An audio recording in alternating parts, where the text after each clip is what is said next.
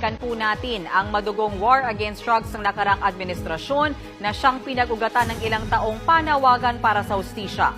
Kabilang sina Carl Arnaiz at Reynaldo Culot de Guzman sa mga pangalang naging matunog noong kasagsagan ng madugong war against drugs ni dating Pangulong Rodrigo Duterte. Kasama si Kian de los Santos, ang tatlong binata ang tila naging mukha ng panawagan ng hustisya para sa libo-libong biktima ng drug war.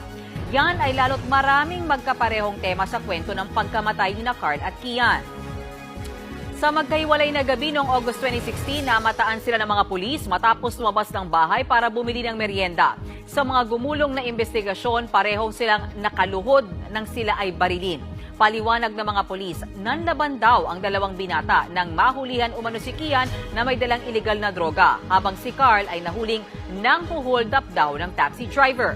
Pero lumabas sa investigasyon na idinanim ang mga ebidensya gaya ng droga at baril para tumugma ang crime scene sa kwento ng mga pulis.